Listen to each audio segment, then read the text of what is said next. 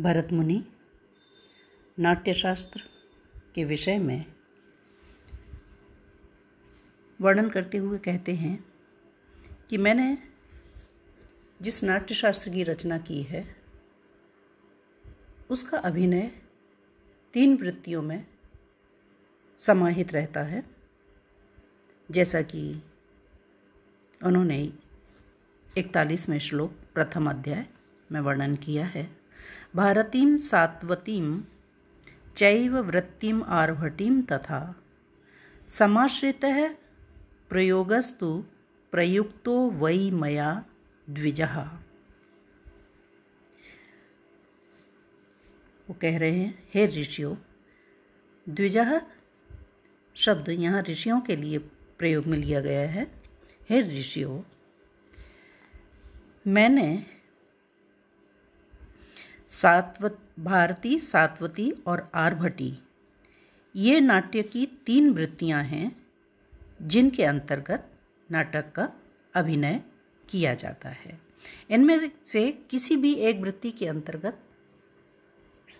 नाटक का अभिनय हुआ करता है, अर्थात ये 3 वृत्तियां हैं जिनके माध्यम से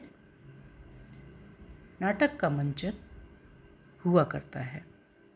भारतीय वृत्ति में वाणी का सौंदर्य होता है, यानी वाणी की सुष्ठुता से नाटक देखने में कुतूहल पैदा करता है, रोमांचित करता है, आनंदित करता है। सात्वती में मनोभावों का प्रकाशन किया जाता है, क्योंकि सत पद का अर्थ संवेदन है और सत पद से मतु प्रत्यय करने के उपरांत सत्वत बनता है, जो कि मन का ही पर्याय है। उससे संबद्ध वृत्ति को सात्वती कहते हैं, जो कि मनोवेगों को व्यक्त करती है। व्यक्ति के मन के अंतर्गत जो चल रहा है, जो भाव उसके अंतर्गत विद्यमान हैं, उनको सात्वती वृत्ति के माध्यम से उजागर किया जाता है। आर्भटी में शारीरिक व्यापार प्रधान रहता है, क्योंकि यह री गतौ धातु से अपप्रत्यय करने के उपरांत अर शब्द बनता है, जो गतिशीलता को व्यक्त करता है। जो भट्ट है, जिस वृत्ति में जो संचालन है, जो गतिशीलता है, उसे आर्भटी कहते हैं, अर्थात आर्भटी वृत्ति अभिनय प्रधान होती है। इसी प्रकार कैशिकी वृत्ति भी होती है, क्योंकि उसमें केशों की तरह सौंदर्योपयोगी व्यापार प्रधान रहता है। जिस प्रकार से केशों को साज सज्जा के माध्यम से व्यक्ति के सौंदर्य में वृद्धि की जाती है, उसी प्रकार से कैशिकी वृत्ति सौंदर्य उत्पादन का कार्य करती है। अतः नाटक में जो लालित्य है, वह सब कैशिकी वृत्ति का ही आधार है। इस प्रकार से भारती, सात्वती और आर्भटी इन 3 वृत्तियों के माध्यम से नाटक का मंचन होता है। जो नाटक का जो भी अभिप्राय है, अभिनय के माध्यम से नट जिस तथ्य को व्यक्त करना चाहते हैं, जिस सौंदर्य को उत्पन्न करना चाहते हैं और दर्शकों के मन को आनंदित करना चाहते हैं, वह सब इन 3 वृत्तियों के माध्यम से ही प्रस्तुत किया जाता है। तो इस प्रकार जो नाटक है, वो अभिनय के माध्यम से दर्शकों का मनोविनोद करने वाला हुआ करता है। और इसी में आगे 111वें श्लोक में वो कह रहे हैं कि नाटक और क्या करता है। नाना भावोपसंपन्नम नाना अवस्थांतरात्मकम लोकवृत्तानुकरणम नाट्यम एतत् मया कृतम। भरत मुनि कहते हैं कि मैंने जो इस नाटक की रचना की है वो क्या क्या करने वाला है या किस किस प्रकार का है, उसमें किन किन चीज़ों का समावेश रहता है। नाना भावोपसंपन्नम, यह जो नाट्य वृत्ति है वह नाना अनेक प्रकार के भावों से युक्त हुआ करता है। और नाना अवस्थान्तरात्मकम, व्यक्ति की मन की विभिन्न अवस्थाओं का भी को व्यक्त करने वाला होता है। और लोक वृत्तानुकरणम, लोक व्यवहार का अनुकरण करने वाला होता है। समाज में जो चल रहा होता है, समाज में जो विद्यमान होता है, उन्हीं का अनुकरण नाटक के माध्यम से किया जाता है। तो इस प्रकार से मैंने जिस नाटक की रचना, नाट्यशास्त्र की रचना की है, उस नाटक के अंतर्गत इन सभी चीज़ों का समावेश हुआ करता है। साथ ही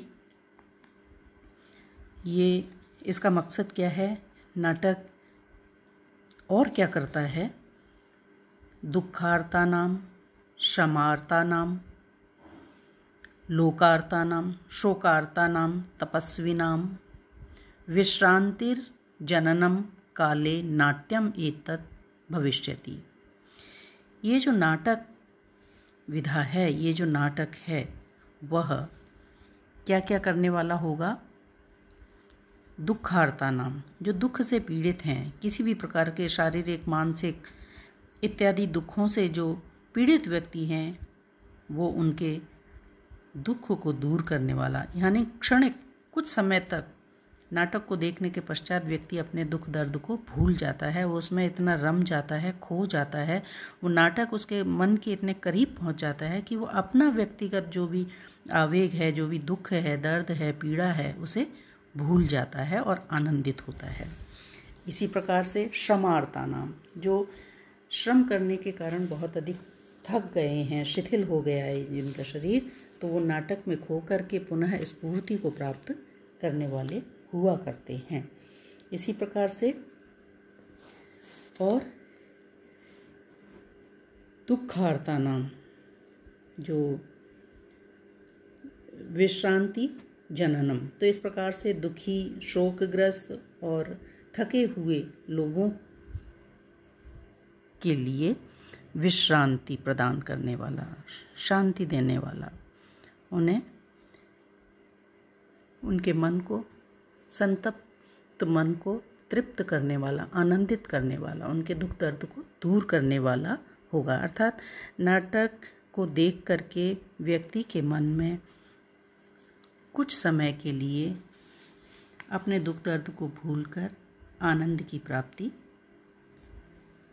हो जाया करती है, ऐसा भरत मुनि ने इस नाट्य शास्त्र की रचना करते हुए कहा है।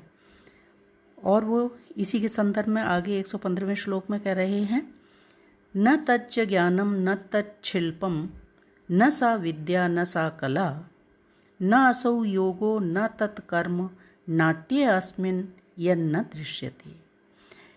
अस्मिन् नाट्ये, इस नाट्यशास्त्र के अंतर्गत, ये नाटक की जो नाट्य विधा है, जिसका मंचन होता है मंच पर, और दर्शक दीर्घा में बैठकर जिसको देखते हैं, अवलोकन करते हैं, तो इस नाटक के अंतर्गत न तच्च ज्ञानम, कोई भी ऐसा ज्ञान नहीं है जो इसमें समाहित न हो, न तत् शिल्पम, कोई भी ऐसा शिल्प नहीं है जिसका वर्णन इसके अंतर्गत न होता हो, न सा विद्या, और कोई भी ऐसी विद्या बची हुई संसार में नहीं है जिसका समावेश नाटक के अंतर्गत न होता हो, न सा कला, और जितनी भी संसार में कलाएं हैं उनमें से कोई भी कला ऐसी नहीं है जो कि नाटक के अंतर्गत न पाई जाती हो। इन सभी का नाटक में समावेश रहा करता है।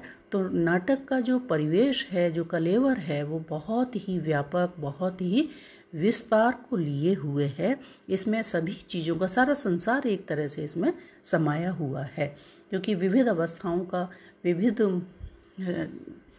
दशाओं का इसके अंतर्गत वर्णन रहा करता है। अभिनय के माध्यम से जो नट हैं वे इन सभी तत्वों को प्रस्तुत करने वाले, दर्शकों को दिखाने वाले होते हैं, ज्ञान देने वाले होते हैं। न असौ योगो, कोई भी ऐसा योग नहीं है जो इसमें न रहता हो, न तत्कर्म, कोई ऐसा कर्म भी नहीं बचा हुआ है जो नाटक के माध्यम से उपस्थित न किया जाता हो। तो जो भी संसार में है वो सब का सब नाटक के अंतर्गत आ जाया करता है। इस प्रकार से नाटक जो है वो बहुत ही विस्तार को लिए बहुत ही विस्तृत परिवेश वाला हुआ करता है। ऐसा भरत मुनि ने अपने नाट्यशास्त्र के प्रथम अंक में नाटक की व्यापकता का वर्णन किया है।